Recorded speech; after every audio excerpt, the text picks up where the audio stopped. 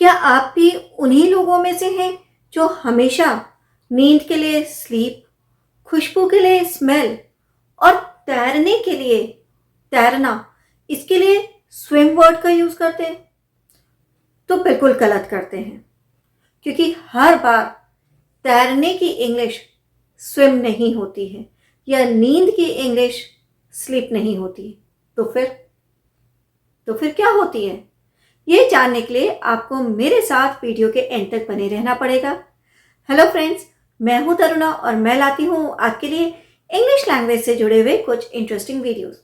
जैसा कि मैंने पहले भी ही बता दिया है कि हिंदी में चाहे वो वर्ड एक ही हो, पर इंग्लिश में अलग अलग सिचुएशन में हम अलग अलग वर्ड यूज करते हैं।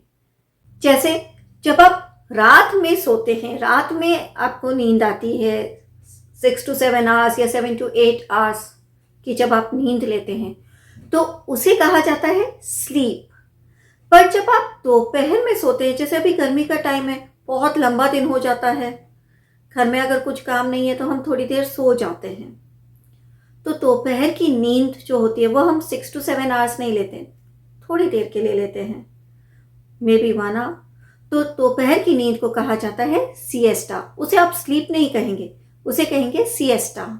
और अगर आप झपकी ले रहे हैं 5 से 10 मिनट की, तो उसे भी आप नींद नहीं बोलेंगे कि मैं 5 से 10 मिनट एक नींद लेके आता हूँ।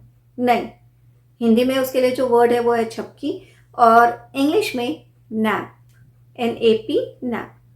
For example, I am taking a nap, मैं एक झपकी ले रहा हूँ। और अगर आपको नींद आ रही है तो आप बोलेंगे आई एम फीलिंग स्लीपी या आई एम फीलिंग ड्राउजी। तो हर जगह पर नींद के लिए हमने अलग अलग वर्ड यूज किया। अब इसी तरह से तैरना, इसके लिए भी क्या आप स्विम वर्ड का यूज करते हैं? तो बिल्कुल गलत करते हैं। कैसे, ये भी जान लेते हैं।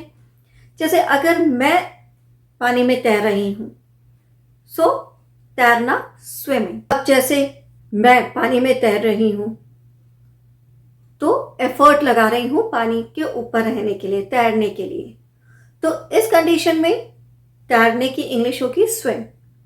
या फिर कोई जानवर, 4 पैरों वाला जानवर पानी में तैर रहा है, तो वो भी एक एफर्ट लगा रहा है, तब तैरने की इंग्लिश हुई स्विम। पर अगर खाली बॉटल है, उसको अगर आप पानी में फेंकें तो वो भी तैरती है। लकड़ी का टुकड़ा, उसे पानी में फेंकें तो वो भी तैरेगी, तो वो स्विम नहीं कहलाएगा, क्योंकि उसकी जो डेंसिटी है वो कम है, इसलिए वो तैर रही है। तो उस समय तैरने की इंग्लिश होगी फ्लोट। खाली पानी की खाली बॉटल या लकड़ी का टुकड़ा, would, is floating in the river while I am swimming in the river. और अगर पानी का जहाज पानी पर तैर रहा है, अगेन तैरना, तो स्विमिंग नहीं और ना ही फ्लोटिंग, फ्लोट, उस समय होगा sail. The ship is sailing. पानी का जहाज तैर रहा है, सेल कर रहा है। तो इस तरह से तैरने की इंग्लिश हर बार बदल गई। अब बहुत अच्छी खुशबू आ रही है खाने की, आपको आ रही है क्या? वीडियो में तो कहाँ से आएगी, पर मुझे आ रही है। तो ये खुशबू जो है ना, उसके लिए कौन सा वर्ड यूज करेंगे कि what a nice smell of food. Food की स्मेल, खुशबू को हर टाइम स्मेल नहीं कहेंगे, इसके लिए भी अलग अलग वर्ड है। जैसे खाने की खुशबू, एरोमा। और अगर किसी ने अच्छा डियो परफ्यूम लगाया है जिसकी बहुत अच्छी खुशबू आ रही है, तो स्मेल, एरोमा बिल्कुल नहीं, फ्रेग्रेंस, फ्रेग्रेंस। इसी तरह से जो अगरबत्ती की खुशबू आती है ना, उसे भी हम बोलते हैं फ्रेग्रेंस। फूलों की खुशबू, इसके लिए भी हम फ्रेग्रेंस वर्ड का यूज करते हैं। अगर जनरल बात करें तो अगर कहीं से अच्छी खुशबू आ रही है तो you can say it smells good, या बदबू आ रही है तो इट स्मेल्स बैड, राइट।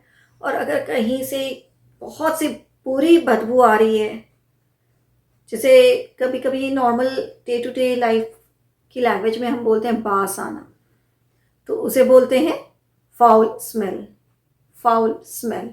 और अगर किसी पर्टिकुलर व्यक्ति से स्मेल आ रही है, गंदी सी आती है ना कभी कभी, अब ज़्यादा डिटेल में नहीं जा रहे, पर कभी कभी किसी पर्सन में से भी बदबू आती है, तो उसे बोलते हैं स्टिंकी। कभी कभी है ना किसी चीज़ में से भी बदबू आती है, तो उसके लिए भी हम स्टिंकी वर्ड का यूज़ करेंगे।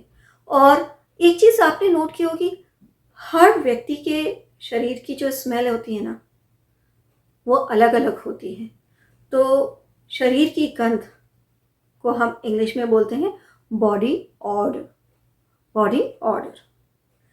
तो ये था कुछ इंटरेस्टिंग फैक्ट आज के वीडियो में, जहाँ पर हमने जाना कि हर बार हम तैरने के लिए स्विम वर्ड का यूज़ नहीं करेंगे, नींद के लिए स्लीप वर्ड का यूज़ नहीं करेंगे, और खुशबू के लिए स्मेल, सूंघने के लिए स्मेल वर्ड का यूज़ नहीं करेंगे।